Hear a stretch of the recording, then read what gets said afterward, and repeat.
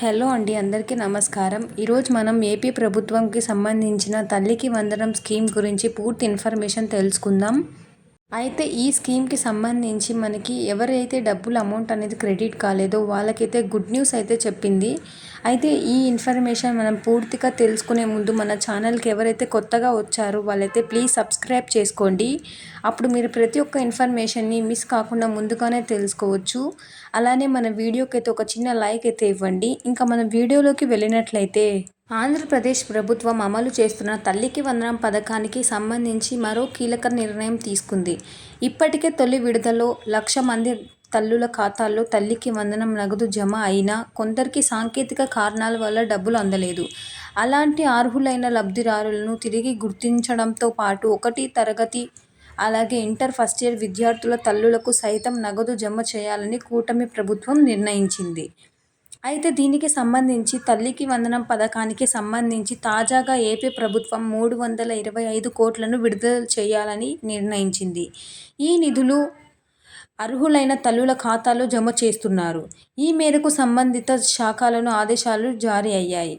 తల్లికి వందనం పథకం కోసం ఏపీ ప్రభుత్వం జూన్ నెలలో 10,000 కోట్లు ఖర్చు చేసిన సంగతి అందరికీ తెలిసిందే. అయితే ఇందులో 13 కోట్లను పాఠశాల అభివృద్ధికి కేటాయిస్తామని పేర్కొన్నారు. ఒక్కో విద్యార్థికి 15,000 ఇస్తామని చెప్పిన ప్రభుత్వం విద్యార్థుల తల్లులకు కేవలం 13,000 చొప్పున జమ చేసింది. అయితే మిగతా 2,000 మనకి స్కూల్ డెవలప్మెంట్ కోసం అయితే వినియోగించిన సంగతి అందరికీ తెలిసిందే. అయితే అర్హులైన తల్లులకు ఎవరికైతే అమౌంట్ అనేది క్రెడిట్ కాలేదో వాళ్ళకైతే మనకి ఒక జాబితా లిస్ట్ అనేది తయారు చేయడం జరిగింది. అయితే ప్రస్తుతం అర్హుల జాబితానైతే సిద్ధం చేస్తుంది సర్కార్. ఈ వారం నుంచే లబ్ధిదారులకు ఖాతాల్లోకి తల్లికి వందనం డబ్బులు ఒక్కో విద్యార్థికి 13,000 చొప్పున తల్లుల ఖాతాల్లో జమ కానున్నాయి. అయితే ఇవి ఎప్పుడు పడతాయి అనే విషయం చూసినట్లయితే ఈ తుది జాబితా లిస్ట్ అనేది ఎప్పుడైతే మనకి అందుతుందో అప్పుడైతే ప్రతి ఒక్కరికైతే అమౌంట్ అనేది క్రెడిట్ అవ్వడం జరుగుతుంది.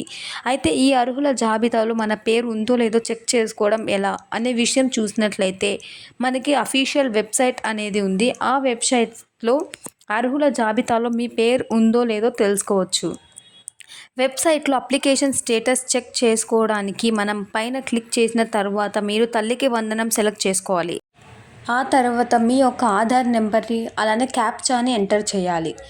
గెట్ ఓటీపీ మీద క్లిక్ చేసి మీ మొబైల్ నెంబర్కు ఓటీపీ వస్తుంది. ఆ ఓటీపీని నమోదు చేసి సబ్మిట్ మీద క్లిక్ చేస్తే తల్లికి వందనం పథకం అర్హుల జాబితాలో మీ వివరాలు స్క్రీన్ పైన కనిపిస్తాయి. అయితే ఎవరైతే వారి యొక్క జాబితా లిస్టులో మీ పేరు ఉందో లేదో చెక్ చేసుకున్నారో వాళ్ళైతే కామెంట్ సెక్షన్లో కామెంట్ అయితే చేయండి.